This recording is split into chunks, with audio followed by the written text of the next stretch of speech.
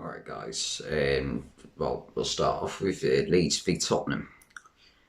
Tottenham had a very easy game, to be honest. Leeds were just terrible defensively.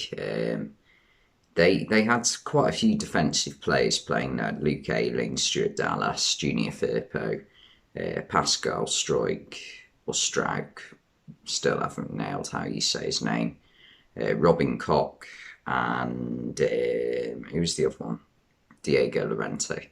So they had six defensive players playing, and I couldn't work out in the entire game where each one was playing. I managed to work out that Firpo was playing left back and Ayling was playing right back.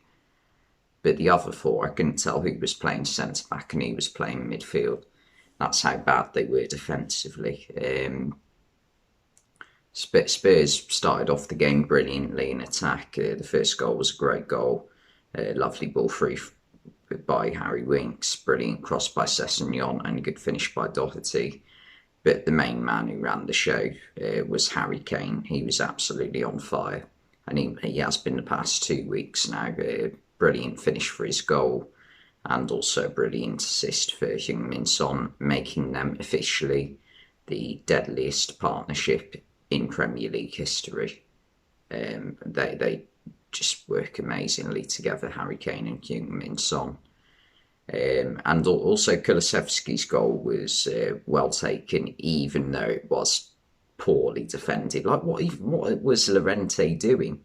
He just seemed to let Kulusevski take touch, and he just let him go past him. Shocking defending from Leeds. However, having said that, on another day, Leeds could have scored about three. They had a really good chance. I say a really good chance. A chance that somehow wasn't scored. Definitely should have been scored by Stuart Dallas after Hugo Lloris made a massive error. How on earth Dallas didn't score it is beyond me. And also they hit the post twice. Rafinha nearly scored a great free kick, and also Robin Koch probably should have scored a fairly easy chance, to be honest. So on another day they could have scored two or three.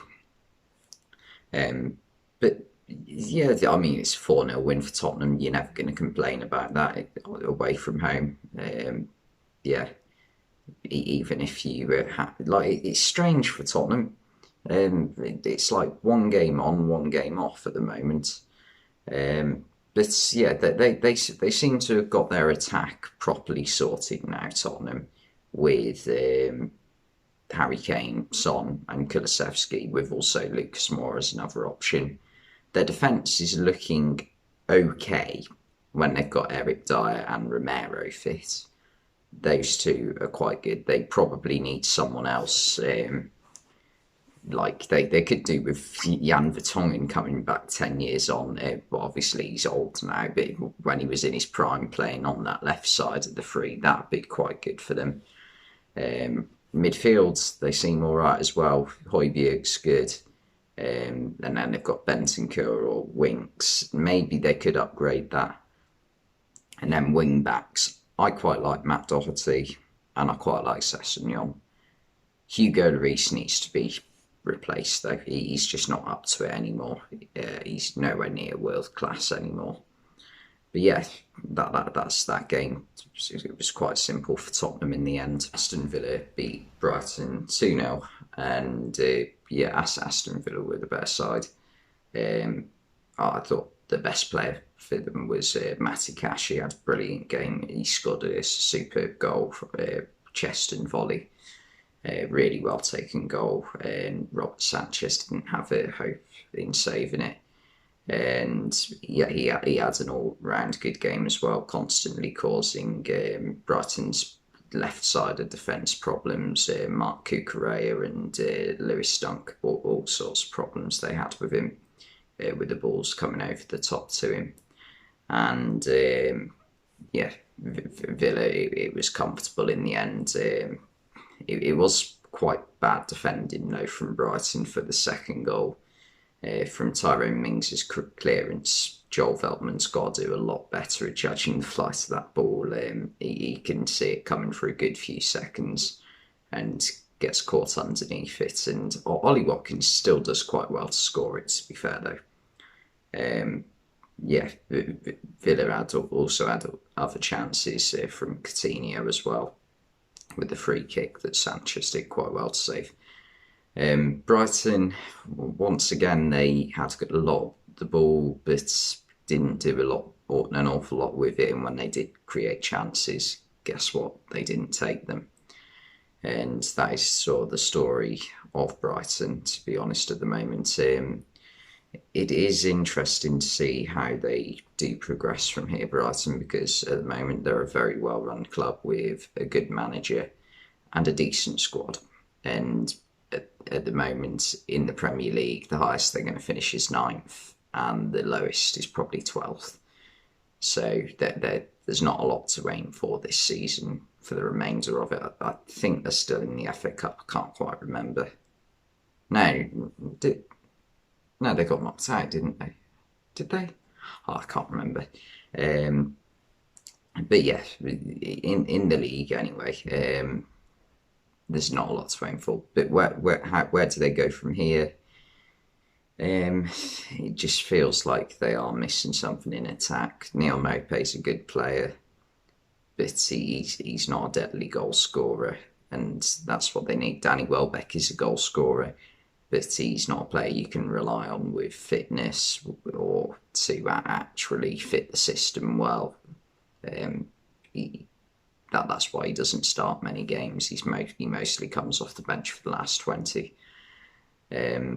But it just feels like they have so many of these like number 8 players in midfield that are good technical footballers, but just don't offer enough in terms of goals. Like, I read a statistic the other day that Adam Lallana has only got like 1 goal in his entire Brighton career or something ridiculous. McAllister occasionally scores, but still doesn't score enough. I'm not even sure if Jakob Moder's got a Premier League goal yet, and he's been there well over a year now. Basuma's not the player you rely on for goals, but he is a very good player. But they just need something different, like Trossard is a good player, but they just need someone who's more reliable in the goal scoring department. But yeah, another good performance for Aston Villa, though. It's been a bit shaky recently for them. It's gone a bit sideways after the good start, but good results. And the final game I want to cover is West Ham beating Wolves 1-0. Now, I'm not going to lie. When I was watching this game, I was struggling to concentrate purely because I was a bit nervous about the cup final as a Liverpool fan, as it kicked off after this. And West Ham won, and from what I was able to see through the anxiety of worrying about the Liverpool game, was that they were the better side. I was quite surprised when I saw the lineups come out about Wolves' 11. They dropped Raul Jimenez, dropped Moutinho. I'm not even sure if it's dropped. They more rested, I guess. Jimenez and Moutinho, as well as Semedo and Ryan Aït-Nouri and Daniel Podence.